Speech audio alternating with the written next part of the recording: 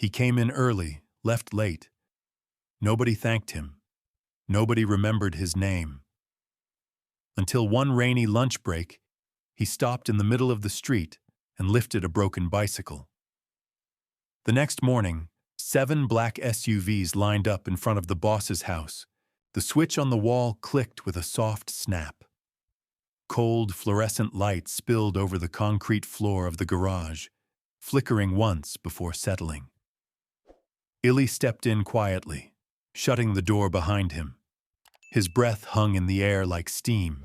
He rubbed his hands together, blowing into his palms, then headed straight to the workbench where someone else's tools lay scattered. He didn't belong to a shift, officially. No one marked his time in. No one checked his clock out. But every morning, the shop looked just a little cleaner than the night before. Rags folded, sockets arranged by size, oil trays emptied and stacked. The others noticed, of course, but not out loud. "Morning, Maslow," one of the guys called, passing by with a paper bag in one hand, coffee in the other. The nickname stuck months ago. It meant grease in someone's language. No one remembered why. Illy looked up, nodded, then walked past them to the ancient coffee maker humming in the corner. He poured a cup. Not for himself. He added just the right amount of cream. The boss liked it beige, not brown, and brought it to the small glass office where the manager sat scrolling on his phone. The boss took the cup without looking. "You spill again? You're buying the next bag." Illy didn't spill. He never had. They were halfway through the morning when the bell over the side door gave a half-hearted chime. A woman stood in the frame, thin, short, wrapped in a raincoat too big for her. White hair stuck wet to her cheeks. One hand gripped the remains of a bent bicycle frame. The other held nothing at all. Excuse me," she said softly, blinking under the fluorescence. "I was told this was the place." "Not for bikes," the boss barked before she finished. "Try 3rd and Maple, we do engines." She hesitated, shifting on her feet. "So they said you helped. Someone here helped." The boss shook his head, not unkindly but firmly. "Not a charity, lady." Illy stood still near the tire balancer, not moving his head, just watching. The woman nodded slowly, turned back into the rain. Her shoes squeaked on the linoleum. When lunch break came, the others disappeared in 2s and 3s, leaving wrappers and cans behind. Illy went out the side door with an old tarp and a box of spare parts. The bicycle leaned against the dumpster where she'd left it. Rain came down in needles, cold and clean. He didn't flinch. He didn't look up when someone called him from the back door, laughing. Didn't turn around when the same voice shouted, "You getting paid for that, Maslow?" The chain had snapped. Rim bent. Brakes gone. He worked with the kind of patience that doesn't expect thanks. When the woman returned, sometime near dusk, she stood for a moment before speaking.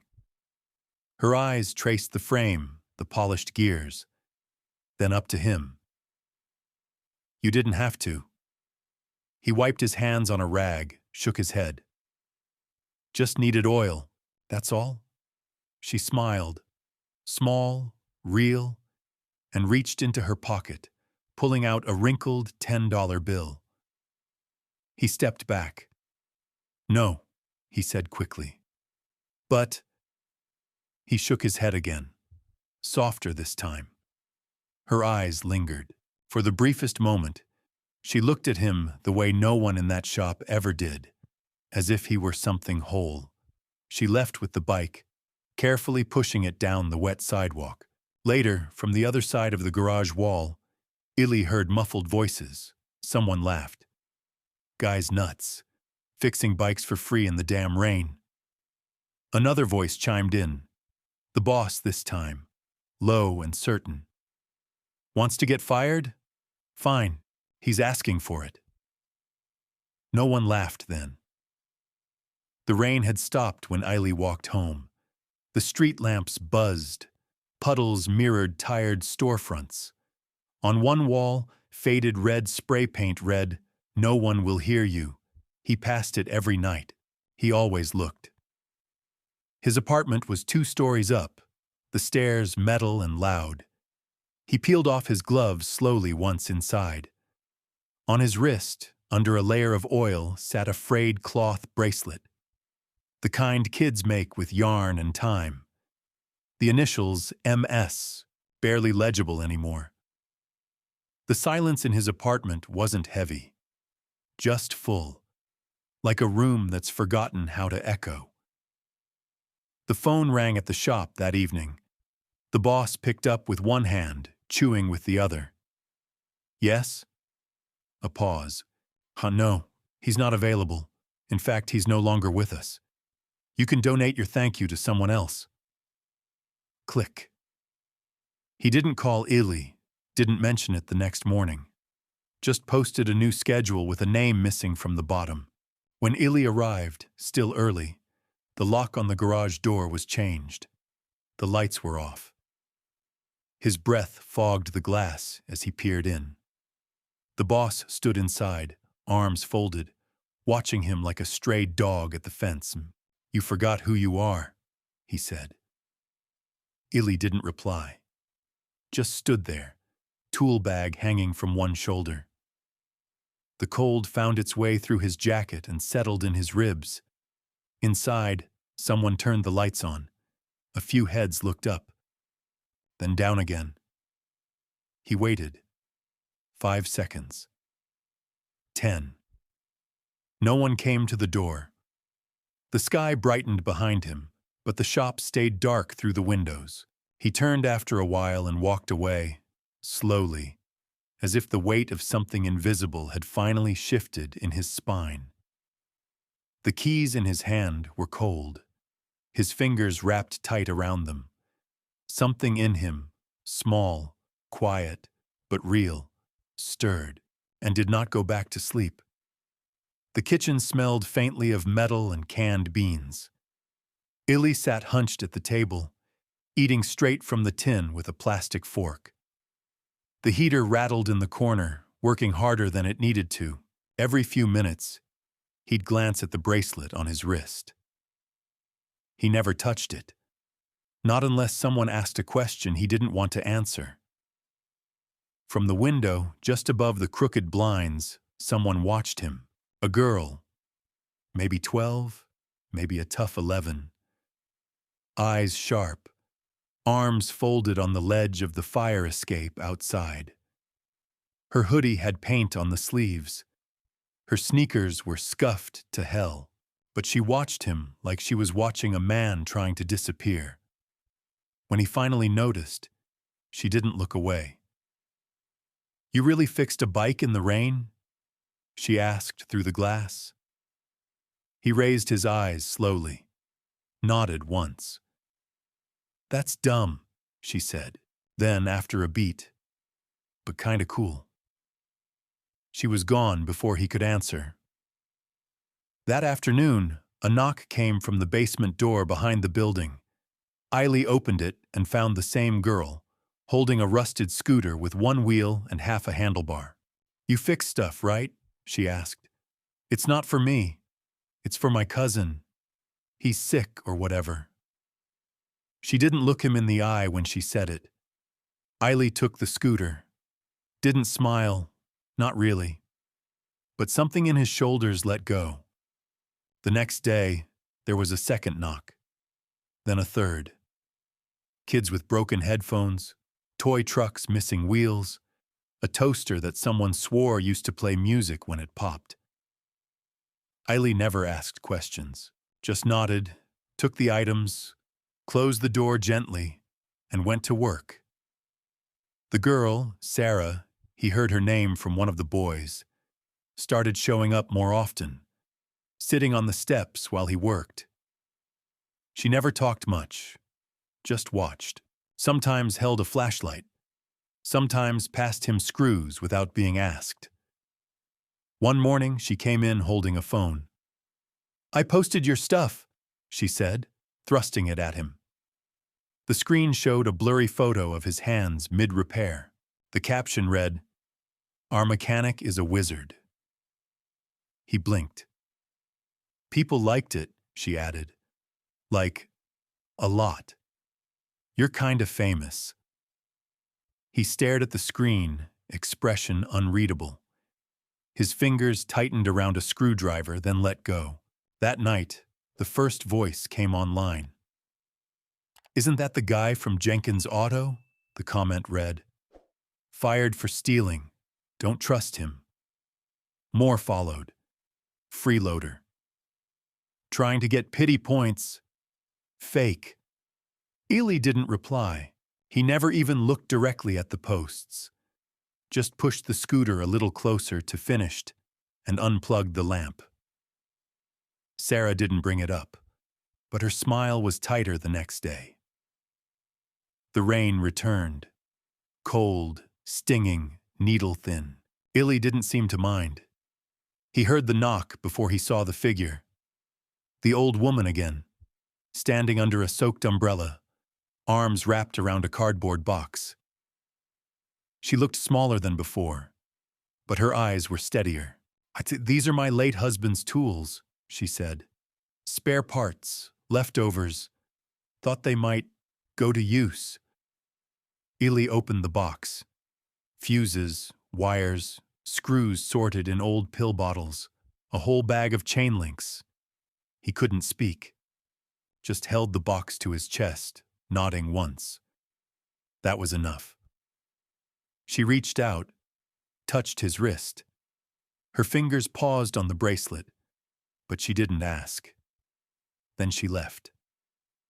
By the end of the week, strangers began circling the block, men with leather jackets and clean shoes, clipboards in hand. One of them stopped him out front. "You operating out of here?" the man asked, tone clipped, polite but sharp. "Just need to clarify a few things. Business license, safety codes, zoning." Ely stared at him, silent. The man smiled, thin and flat. "Look, we can help make this easy, or—" "I just fix things," Ely said finally. Voice quiet, steady. The man gave a little nod. "Sure, that's what they all say." The next day, a small crowd gathered outside. Kids, parents. The girl, Sarah, standing at the front holding a tablet. She turned the screen toward him. 200,000 views, she whispered. "You're everywhere." The words didn't land like they should have. Ely smiled, barely, but didn't look away from the machine he was repairing. A tiny remote control truck, busted axle, a piece of its plastic windshield gone. Still worth fixing. The wind shifted the plastic tarp over the window. Light flickered. That morning, something changed. It started with sound. Deep engines, smooth and synchronized. Ely stepped outside. The street was quiet except for the purr of black SUVs pulling up one by one, 7 in total. They didn't park. They aligned. All the same model. All spotless. Doors opened. Men stepped out, all dressed in black coats, neat shoes, not a speck of rain on them. They moved like they didn't need to explain themselves. One man broke from the group and approached. Older, clean-shaven, gold ring on one finger. He stopped 3 feet from Ely. "We've seen how you treat machines," he said, "and how you treat people." Ely said nothing. The man tilted his head. "We'd like to talk business." Windows flickered with faces behind curtains. Sarah stepped outside, her hoodie half-zipped, eyes wide. The man in the coat glanced at her, then back at Ely.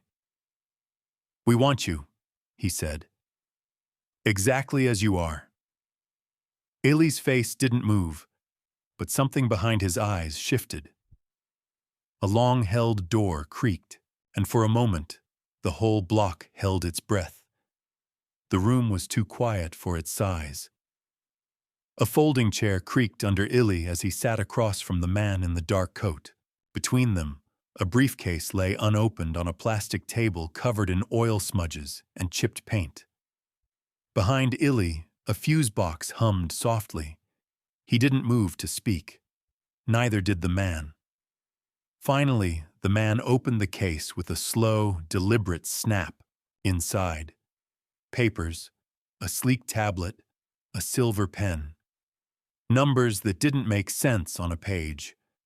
Enough to change a life. "We're prepared to give you everything you need," the man said.